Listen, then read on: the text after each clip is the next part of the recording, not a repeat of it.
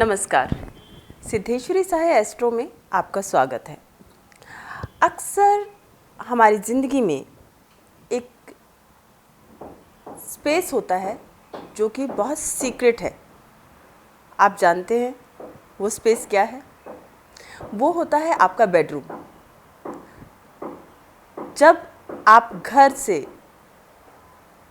घर के कामों से, अपने कामकाज से थके हारे वापस आते हैं तो आपको क्या चाहिए? आपको चाहिए एक सुकून भरी नींद, अपने साथी के साथ में 2 पल की शांति। ये एक ऐसा समय होता है जो कि आपका प्राइवेट मोमेंट है, जिसे आप किसी के साथ बांटना नहीं चाहते, क्योंकि हर इंसान आपके बेडरूम तक नहीं आ सकता। तो ये बहुत ही सीक्रेट प्लेस है। 12वां घर आपकी कुंडली का आपके बेडरूम को दर्शाता है। चाहे वहाँ पर कोई भी राशि हो, कितने ही ग्रह बैठे हों, लेकिन आपकी कुंडली का 12वां घर आपके बेडरूम की हालत बता ही देता है। यदि आपके 12वें घर में कुछ क्रूर प्लैनेट्स हैं, लाइक सन, मार्स, सैटर्न, तो ये बताते हैं कि आपकी नींद अच्छी नहीं होती होगी।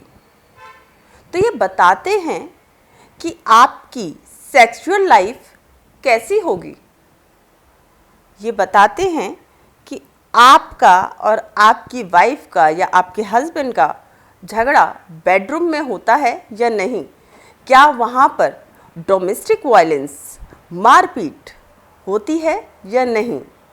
आपकी कुंडली आपके सीक्रेट हाउस को भी रिवील कर सकती है। आपके प्लैनेट में वो ताकत है, यदि आपका एस्ट्रोलॉजर उस चीज़ को पढ़ना जानता है। तो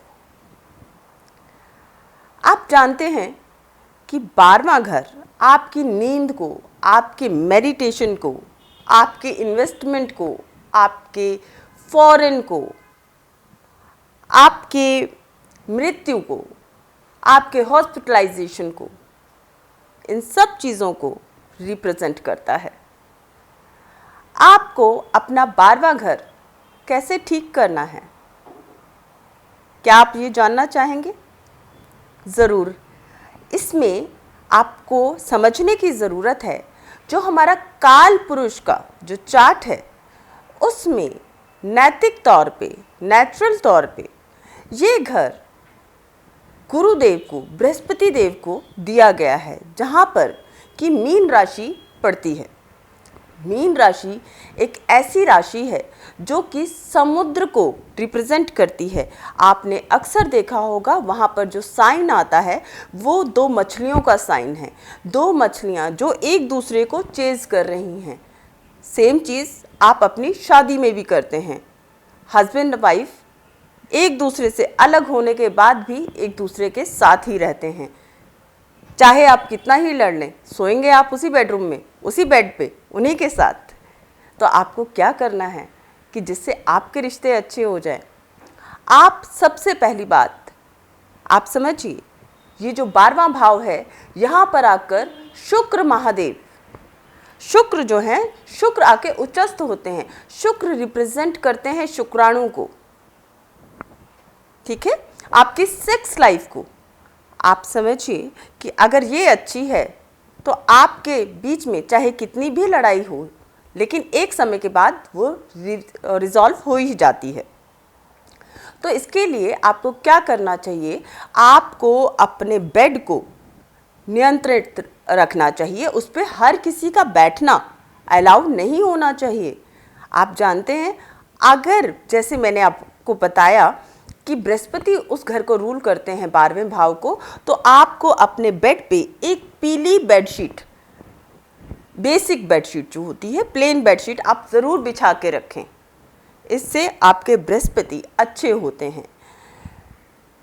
आप अपने घर में जब बेडशीट को चूज़ करते हैं तो उसमें मल्टी कलर चूज़ ना करके उसमें ऐसे सौम्य कलर चूज़ करें जो कि देखने में प्रेजेंटेबल हो, जिसमें फ्लावर पैटर्न्स हो, जिसमें बहुत ज़्यादा ज्योमेट्रिकल पैटर्न्स ना होके, अगर वो बेडशीट जितनी सिंपल है आपकी लाइफ उतनी सिंपल होगी, आपकी बेडरूम की लाइफ, ठीक है। उसमें कॉम्प्लिकेशंस नहीं होंगे, क्योंकि जो आप देखेंगे, आप समझिए आपकी जो मानसिकता है, आधी चीज़ें हम देख के ऑब्जर्व करते हैं।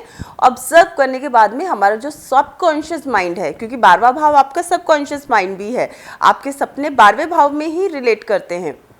तो ये क्या होगा कि ये अपने आप से उन एनर्जीज़ को अट्रैक्ट करना शुरू करेगा जो कॉम्प्लिकेटेड है। इसीलिए अपने घर की जो बेडशीट है, अपने बेडरूम की बेडशीट है, वो सौम्य कलर से चूज़ करें, अच्छे कलर्स हों, उसमें अच्छी फूल पत्ती हो। मैं ये नहीं कहती कि आप बिल्कुल डाउन मार्केट वाली चीज़ में चल जाए, एलिगेंट चीज़ें भी आती हैं। आप अच्छे ब्रांड्स यूज़ कीजिए, क्योंकि 12वां भाव लग्जरी को भी रिप्रेजेंट करता है, क्योंकि ये आपका खर्चा है। तो उम्मीद है कि आप अपने 12वें भाव को समझे होंगे